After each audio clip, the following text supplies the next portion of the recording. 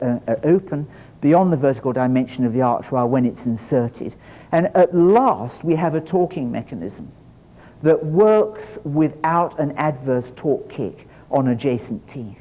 And that's something that orthodontics has needed for years. And there are lots of big names in orthodontics that are absolutely dedicated to eradicating this problem with the straight wire bracket. And names like Burstone, Creekmore, Isaacson, to name but a few, are not likely to view Peter Kesling in a very favourable light because he's got round these problems by cutting out a couple of corners of the brackets. B, I've already alluded to that your molar stability is undisturbed because it's a passive platform of wire. Obviously we're using very light forces. However hard you rev a sidewinder spring, it's not going to be able to exert a big force at the apex across that small platform of rectangular wire, which is a very small torquing platform for the sidewinder to act against. Again, because it's a sidewinder, we could in fact send the patient away for 9 months and book them in for retainers. We don't do that, of course. In case something drops off the appliance or something comes unbonded, we just check that out. But essentially, it has a huge range of activation and does not work in a series of little torque kicks. Again, for exactly the same reason, the activation is constant until it's self-limited. Actually, the activation does decrease slightly because the sidewinder spring is unwinding. And we can actually beef up the activation of the sidewinder just on the incisors towards the end of treatment to keep it all excited and produce a really good torque expression. There's no other appliance that I know that can torque teeth from 14 degrees in either direction without, all done with one archwire and even without taking the archwire out. It's really magic. But you must remember to give the teeth space into which to upright. If they come back with tight contact points, the whole action of it will stop. So it is technique sensitive in that regard. Number 7, bracket rebonding. Tip edge is very, very tolerant angularly. And it's very unusual when you have to do a rebond to have to go down to a lighter wire to regather something. The only time I've ever had to do that is when I've got super eruption of a tooth. But it's very unusual to have to interrupt it for a rebonded bracket. And number 8 is absolutely golden. Absolutely golden. I've alluded to it already. Let's just do it once again. When this is an upper incisor, it's got a big torque discrepancy. When the sidewinder has closed it down from this position right down to the rectangular wire, you've got nothing left. You've got no slop or daylight creeping in between the bracket and the archwire.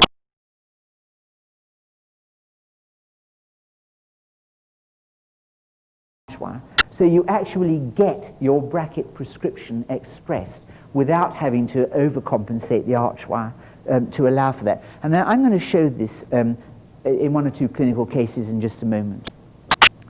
Well, some people say in the disadvantages, oh gee, I can't go back to using auxiliaries. And I understand that view. Dr. Pete gets frightfully upset when I list the auxiliary as a disadvantage because this is the goose that laid the golden egg. Without the auxiliary we couldn't do this.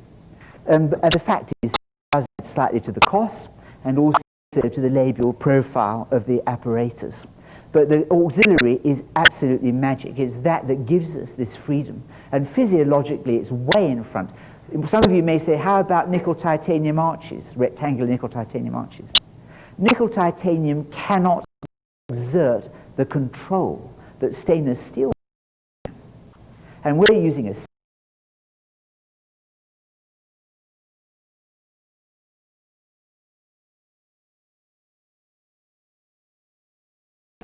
stainless steel system. The little auxiliaries is where our flexibility is.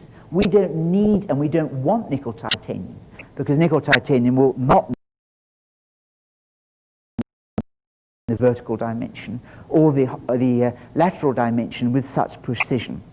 Number 2 is not really a significant disadvantage, but you do get a slight delay in the onset of torque until this sidewinder has closed the bracket down into contact with the archwire at the beginning, which was slide B, if you remember my 3 slides that I showed of this process. Number 3, lack of rigid anchorage. I don't consider that very important.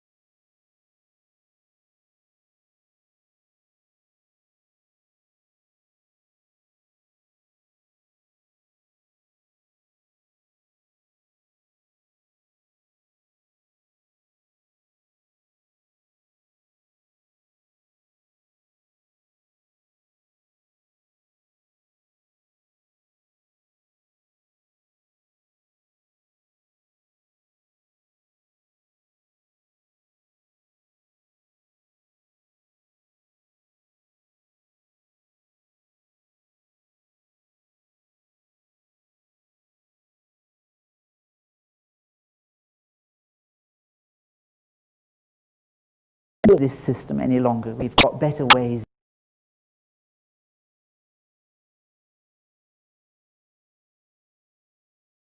of doing it than using vertical loops. But the object was to align the incisors, bust them forwards, and you remember my rubber sleeves are really like stops on the archwire. That's just protecting the premolars from becoming crowded in a non-extraction situation. And there, we've done away now with the lower spurs, and the molars will hold pretty much, and they won't extrude noticeably in a low angle situation. And the bite opens like a holiday. And again, why does it do that? Because the distal angulation of the lower canines does not affect the issue. In a straight wire patient, that archwire would go uphill through this canine bracket and would actually increase the overbite until such time as one distalized the root. And I think it's this sequence of doing things with differential tooth movement that's one reason why we find bites reduce so easily and quickly, and why our treatment times are very significantly less. This boy had an overbite, so we've used bite sweeps to protect against it coming back. So we've used pre-torqued archwires so that we don't unintentionally procline the incisors. And you'll always see me do this in the upper arch to oversweep the archwire, so that whereas we may have started with a 5-degree retroclination, that would be a normal sweep, 0 torque. Accentuate the sweeps, gives you plus 2 or 3 degrees, which is just what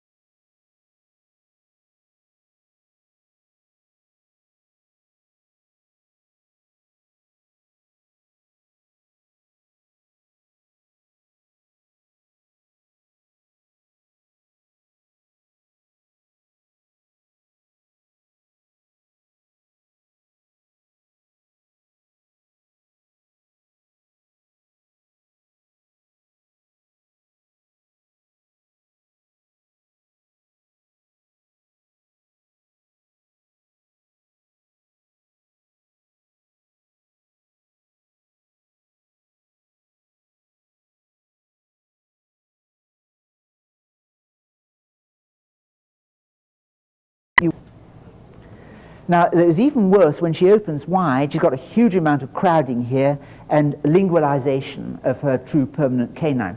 Now, this was very controversial, and when Dr. Pete and Dr. Tom Rocky first saw this one presented in TP, they really flinched, because this looks like a non-extraction case, particularly as she's -7. But I have found that a lot of class 2 elastics have such therapeutic properties in opening up the bite and often releasing a huge amount of mandibular growth in these kind of patients. So she actually was a 4-second bi extraction case. The only problem was that Sophie didn't wear the elastics. And she didn't wear the elastics for 1 year and 2 months of active treatment. And the only time she put them on was when she came in to see me, I'm quite convinced. And so she was over 16 by the time she began to wear the elastics. And the class 2 elastics are essential to overbite reduction, elevating the distal of the molar and allowing, therefore, full expression at the front, intruding the incisors. And when she does start to wear the elastics, in 2 visits, we get this. Unbelievable bite opening qualities, provided they wear their elastics. We're flying above the clouds, we pick up the bis, but we're a long way into treatment. Now, everybody in this room will agree on one thing. This is the ugliest slide you've seen in 3 days, but you'll all agree with me that the sidewinders have a lot of work to do to talk this face forwards away from a granny smile. And unfortunately, we're well into treatment. She hasn't cooperated. We're probably coming up 2 years. But this was actually 3 visits later, and you can see already the talk is expressing.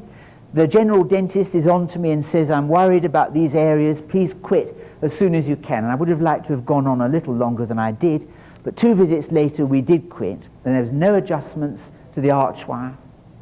And she has actually come forward from -7 right up to the APO line as a result of the torque efficiency of the appliance.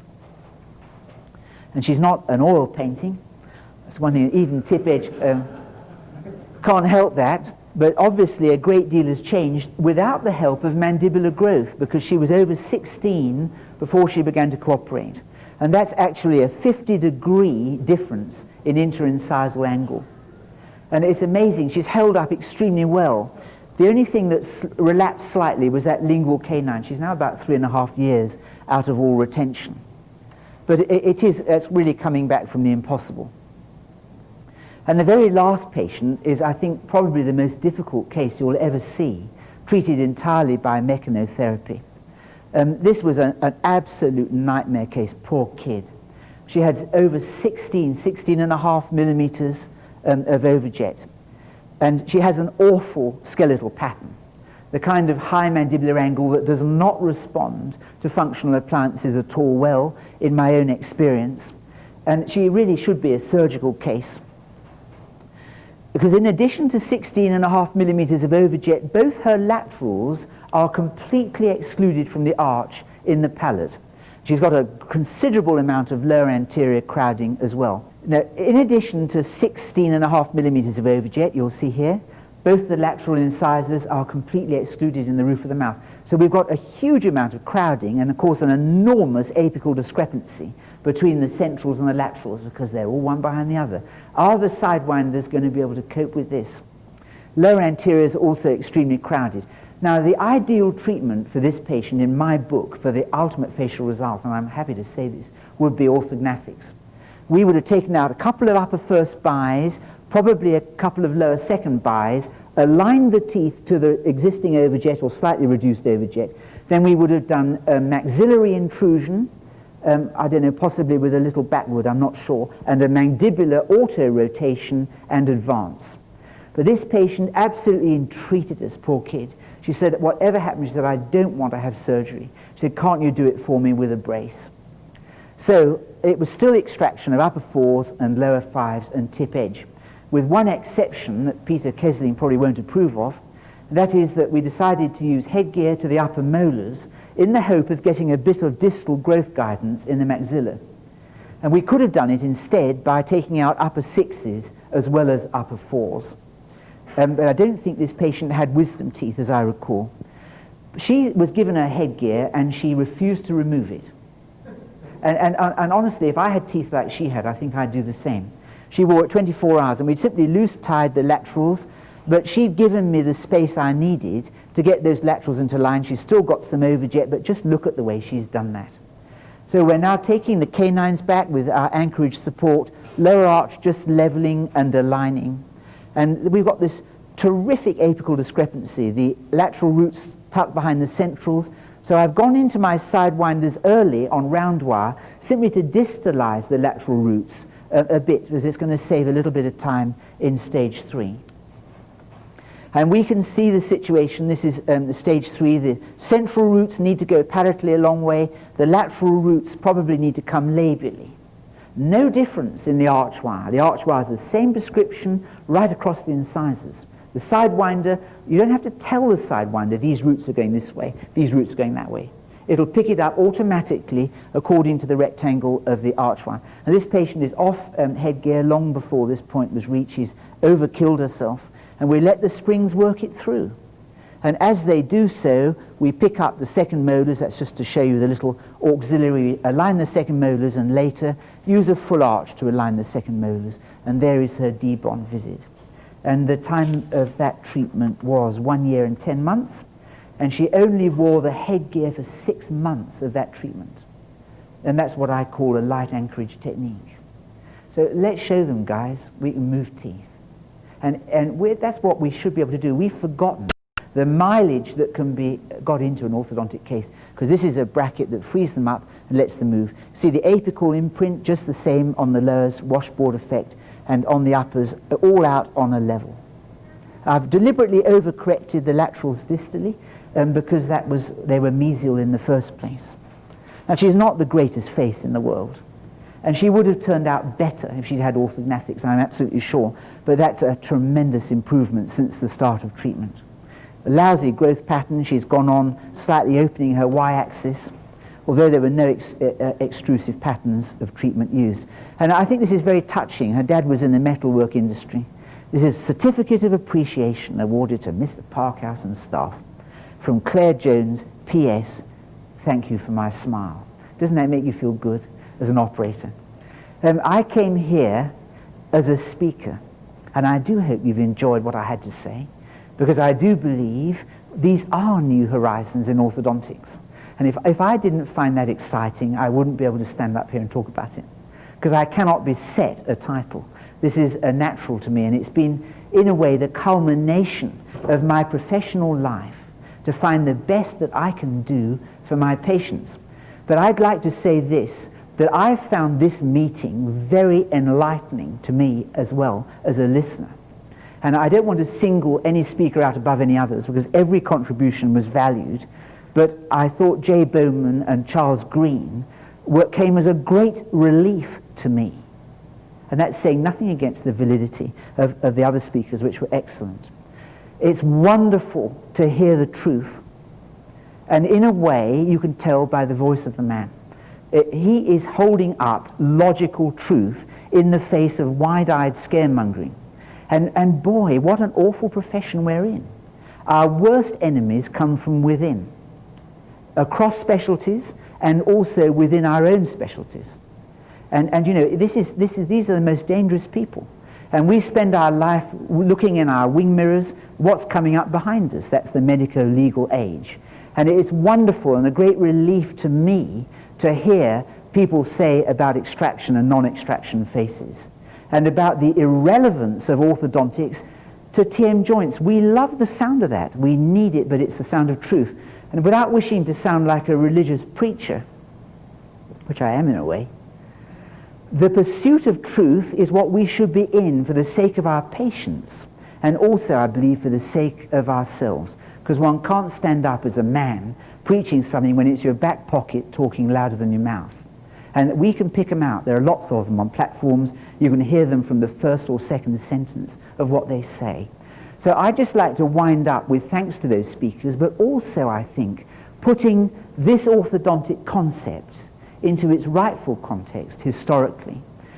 Dr. Begg was a great innovator.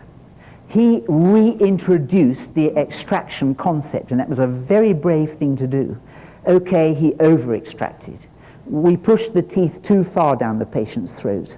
We know the shortcomings, but we go on learning. And we learn from some of the things that Beg did wrong, what we should now be doing right. But there are also enemies of free orthodontic thought, unintentionally very often, with just those people who are steeped in what they've always done. And because they've always done it, it must be right. And I believe that the tip edge appliance is an advance on that. Now, I go around with pendulum swings, or I've seen it, I'm old enough to have seen complete pendulum swings, or round and round in circles, like Jay Bowman showed us. It doesn't matter whether you graphically represent it as going round and round in circles or a pendulum swing. And we need to shed the unnecessary rubbish that we clutter ourselves up with. Having said that, I believe tip edge is far more than a pendulum swing. This is an advance and something going forward. And I believe this is light years ahead of what we've had before, provided we learn to use it precisely and sensitively. And I'm terribly proud, Peter, to be in this tradition. And in a way, with a line with Dr. Beg, I align with him because he emerged at about the same time in his life as I did, and I know how it feels. Thank you for the bracket.